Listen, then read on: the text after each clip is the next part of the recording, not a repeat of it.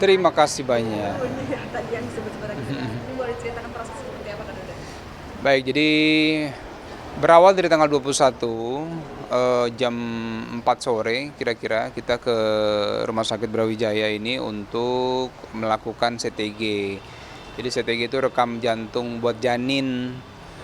Nah, pada saat hasil rekaman CTG-nya dikirimkan ke dokter dan dokter kemudian memberi informasi ke kita bahwa lahirannya harus besok pagi di tanggal 22. Sebenarnya waktu yang udah direncanakan dokter itu tanggal 1 Mei.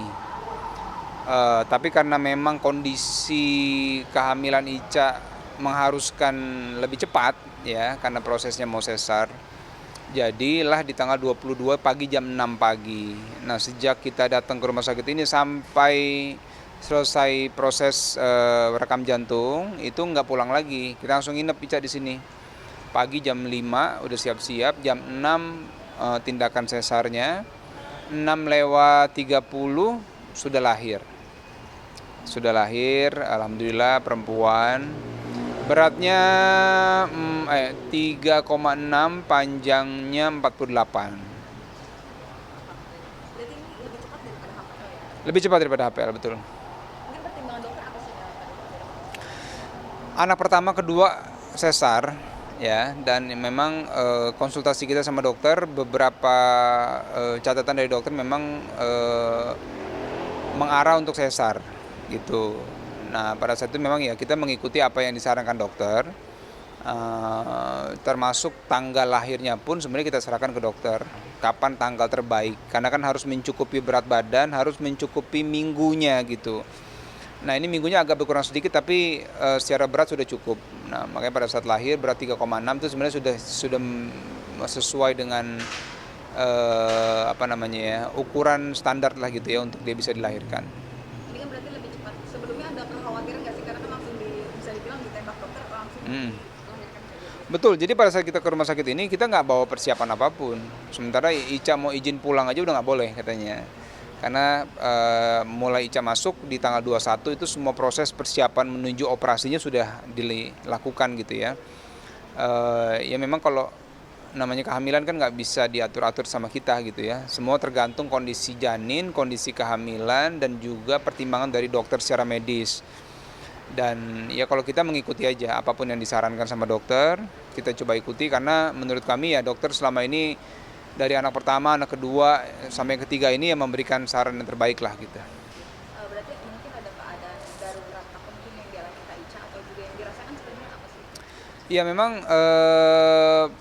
ada beberapa kontraksi gitu ya yang terjadi. Kemudian sebenarnya di beberapa minggu sebelumnya juga Ica harus ada bed restnya gitu ya. Memang kondisi kehamilan anak pertama, kedua, ketiga itu kan beda-beda ya polanya, kemudian mual-mualnya juga berbeda gitu ya. Anak ketiga juga berbeda. Ternyata laki-laki dan perempuan proses hamilnya pun Ica juga beda gitu. Ini kan pengalaman baru karena kita baru pertama kali punya anak perempuan. Ya tapi kita nikmati prosesnya dan alhamdulillah kemarin itu memang teman-teman media sempat banyak yang minta untuk wawancara, tapi saya kemarin masih mantau Ica tuh karena dia masih dalam proses pemulihan dan efek obat biusnya masih ada kan. Sementara di per 6 jam itu Ica harus latihan duduk, latihan jalan, berdiri segala macam. Cuma dia masih agak pusing-pusing. Tapi hari ini sudah lebih mendingan walaupun nyerinya masih dia rasakan gitu. Jadi memang kita siapkan waktu nanti kalau memang mau ketemu sama Ica di hari Kamis. Namanya mungkin boleh diperkenalkan. Nah, namanya Aisyah Aulia Putri Harlino. Itu dia. Ya kalau Aisyah itu kan nama istrinya Rasulullah ya. Kemudian Aulia itu pemimpin. Kalau Putri ya kan ada perempuan, Harlino nama saya. Mungkin harapan dan doa yang di Ya harapannya adalah dia bisa tumbuh menjadi seorang wanita yang soleha, ya seperti istrinya Rasulullah dan bisa membawa keluarga menjadi keluarga yang baik gitu dan menjadi pribadi yang kuat lah insya Allah. ini yang memang diharapkan akan juga. Mungkin excited abang-abangnya bagaimana? Wah, abang-abangnya dari mulai tahu bundanya hamil itu udah hebohnya luar biasa ya. Nah begitu kemarin tahu anak yang ketiga ini perempuan, dia punya adik perempuan, wah itu semangatnya lain lah itu mereka.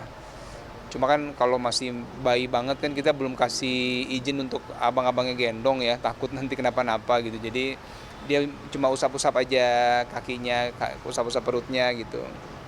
Itu aja sih. Sekarang kondisinya mungkin bagaimana Kak Ica sedang? Ica masih dalam proses rasa nyeri masih ada di perut ya, tapi udah bisa jalan, udah karena dokter bilang dia harus terus dilatih gitu untuk bisa jalan karena supaya pemulihan bisa lebih cepat lah.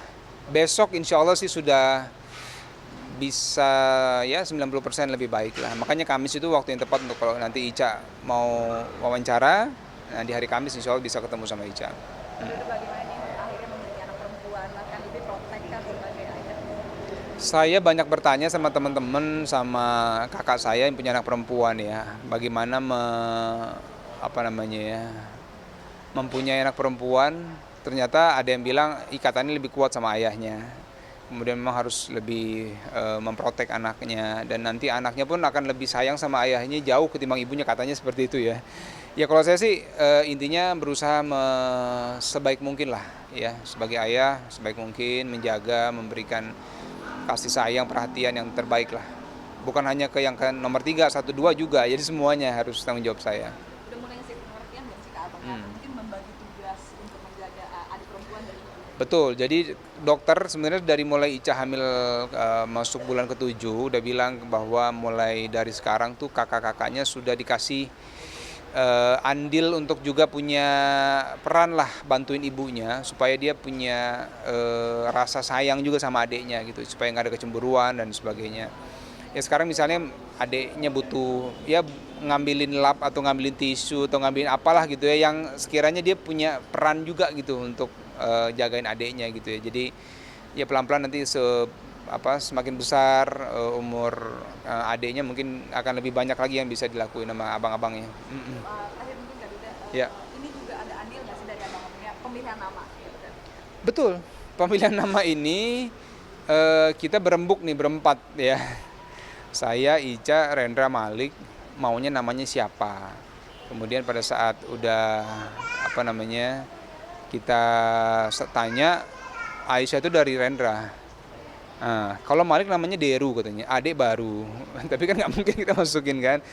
Tapi kalau Malik mau tetap manggil Deru pun ya silakan aja, itu bebas ya. Kalau selebihnya itu nama dari saya sama Ica, itu dia. Terima kasih Kak Duda. Sama-sama. Terima kasih banyak, sehat selalu. Salam buat Kak Ica. Ya. Terima kasih.